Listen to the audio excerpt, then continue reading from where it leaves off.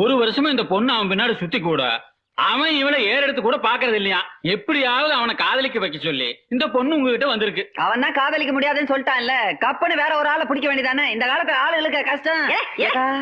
அவளே கண் கலங்கி வந்திருக்கா, கத்திய காடி போட்டு மிரட்டிட்டு இருக்கேல. அந்த பையன் குடும்பத்தை பத்தி தெரியுமால? தெரியாது. அவன் குணத்தை பத்தி தெரியுமால? தெரியாது. அவன் ஏன் உன்னை விரும்பலன்னு தெரியுமால?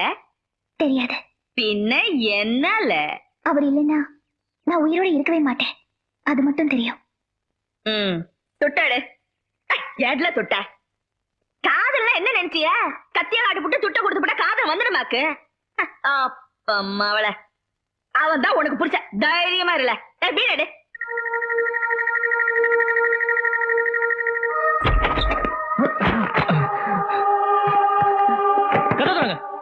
ப்ளீஸ்